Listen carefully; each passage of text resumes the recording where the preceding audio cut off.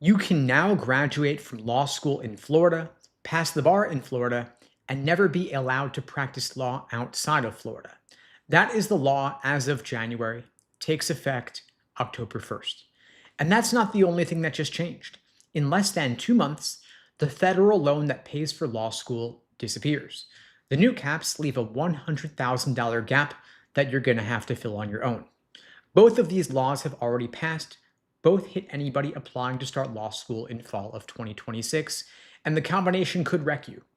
Now, this is not a political talk. I don't care who you voted for, but you've got to understand both of these laws because they're hitting at the same time, and people who walk in unprepared are going to get wrecked. Let's start with the money part. Trump signed the One Big Beautiful Bill Act into law on July 4th of last year. The student loan provisions take effect this July 1st, less than 2 months from now. So for new borrowers starting July 1st, federal Grad Plus loans are gone. Now, Grad Plus is the loan that made modern law school pricing possible. For decades, law schools ran on one quiet assumption. As long as students could borrow the full cost of attendance, schools didn't really have to think about limiting tuition. If tuition plus living expenses goes to $80,000 a year, fine. $90,000, even $100,000, all okay because the federal government would lend you every dollar of it automatically. And all that's now over.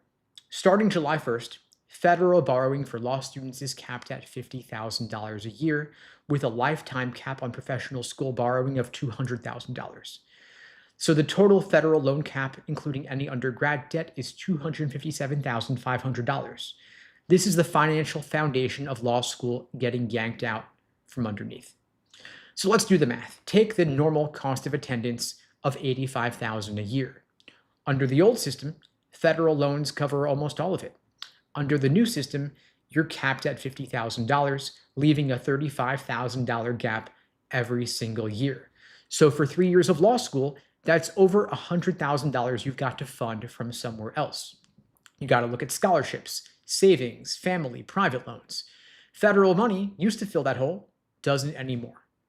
Now, there is a legacy rule that most people don't really understand, so I want to talk about this a little bit as well.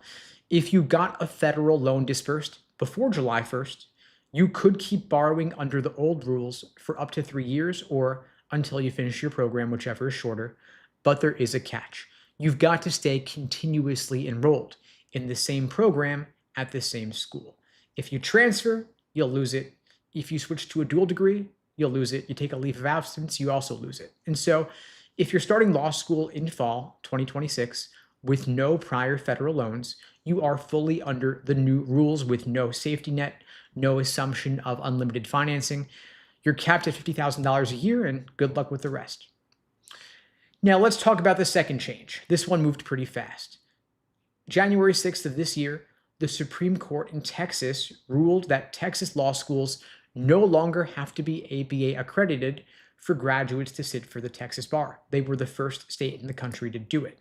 9 days later, January 15th, the Florida Supreme Court ruled the same thing, effective October 1st of this year. Tennessee and Ohio are currently reviewing the same change. The FTC publicly backed Tennessee dropping the ABA on April 30th. In June 2025, 6 states launched a brand new accreditor called the Commission for Public Higher Education. Those states were Florida, Georgia, North Carolina, South Carolina, Tennessee, and Texas. They are applying for federal recognition in 2027. Now, why is this happening? The ABA became a political target mostly over its diversity standard, Standard 206. The ABA itself suspended that standard through August 2026 under pressure. Trump signed an executive order in April of 2025 directing the Department of Education to investigate accreditors over DEI. Now, let's set the politics aside here. This is not meant to be a culture war talk. We got to ask, how serious is the Florida portability problem really? It's pretty serious in my view, because an ABA law degree is portable across all 50 states. That is the whole point. You graduate, you can take the bar anywhere, you can practice anywhere. The Florida ruling breaks that for any school that drops the ABA. Graduates of Florida schools are locked into Florida, can't take the New York bar later, can't move to California for a tech job, can't go to DC for federal work. That is in the ruling. This is not a hypothetical. And the law school deans agree. 8 of 10 Texas's 10 law deans signed a letter in July of 2025 warning that walking away from ABA accreditation would hurt lawyer mobility and drive up costs. And so in the short term, the actual law schools you should care about are still going to keep ABA accreditation even in the breakaway states because they've got to. Their grads can't go anywhere else if they don't. But the longer term risk is what nobody's pricing in. These changes give permission to start and accredit new law schools without the ABA's infrastructure, often with higher prices, though, and weaker outcomes and no track record of success. And so let's ask the question, what was the ABA actually doing for students? It was actually doing quite a bit because it was forcing law schools to publish bar passage rates, making them report graduate employment, pushing for transparency on costs. And in any state that drops the ABA, that pressure goes away. So the ABA is serving a role of consumer protection for you, and they are mitigating your risk. Now, if we lose both the loan caps and we have this shakeup in accreditation simultaneously, it adds up to being essentially a structural reset on everything. Because unlimited federal money used to mask bad pricing for decades. Unquestioned ABA accreditation papered over bad outcomes, and both of those masks just slipped. So going forward, every law school sorts into one of three groups. At the top, the T14 and the T20 are basically untouchable. They've got strong outcomes. They've got massive endowments. Students who can pay back almost anything, they're going to be fine. Now, the middle is where things get interesting because solid regional schools are going to have to compete harder on scholarships and pricing.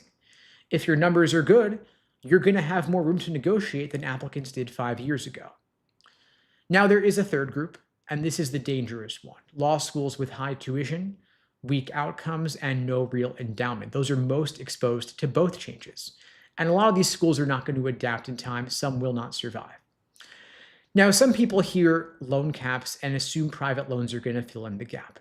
But the problem is private loans have higher interest. They're based on your credit. They have fewer protections. There's no public service loan forgiveness. There's no income-driven repayment. And in an economic downturn, they could dry up completely. So private loans are not a backup plan. They are a last resort.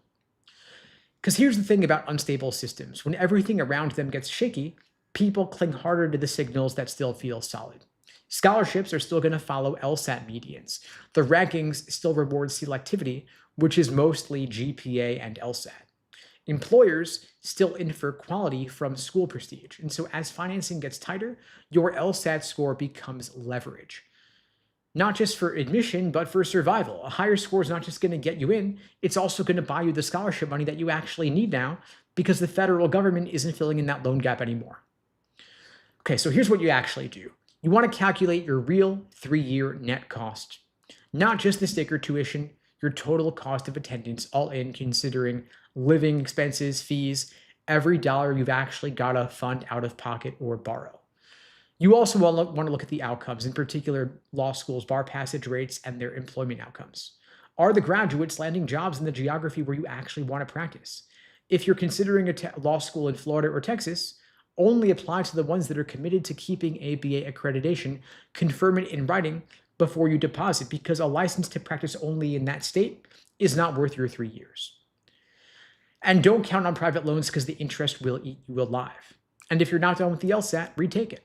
A higher LSAT score is the best tool for negotiation you have to get more scholarship money, and scholarship money is now doing the job federal loans used to do.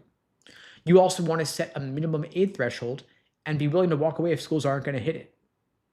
The math just doesn't work the way it used to anymore, and the debt doesn't care who's in the White House. It doesn't care which state your school is in. It only cares about what you owe and what you can earn. The applicants who win in this new system treat the LSAT like the financial weapon it just became. You want to get the score, you want to get the scholarship, and be willing to walk away from anything else. And if you'd like my help getting the highest possible LSAT score, getting into better law schools, getting more scholarship money, I'm here to help you out. I'm offering free LSAT tutoring for everybody watching this now or later. The link to book that free LSAT tutoring lesson with me personally is unpluggedprep.com/start. The link is below this video on YouTube, pinned in the chat on YouTube, in my bio on TikTok and IG as well. I'll be back tomorrow, same time, same place, 2 p.m. Eastern, 1 Central, 11 Pacific, here on YouTube, TikTok, Instagram, wherever you're watching this. I'll see you all then. In the meantime, all the best and take care. Thanks for joining.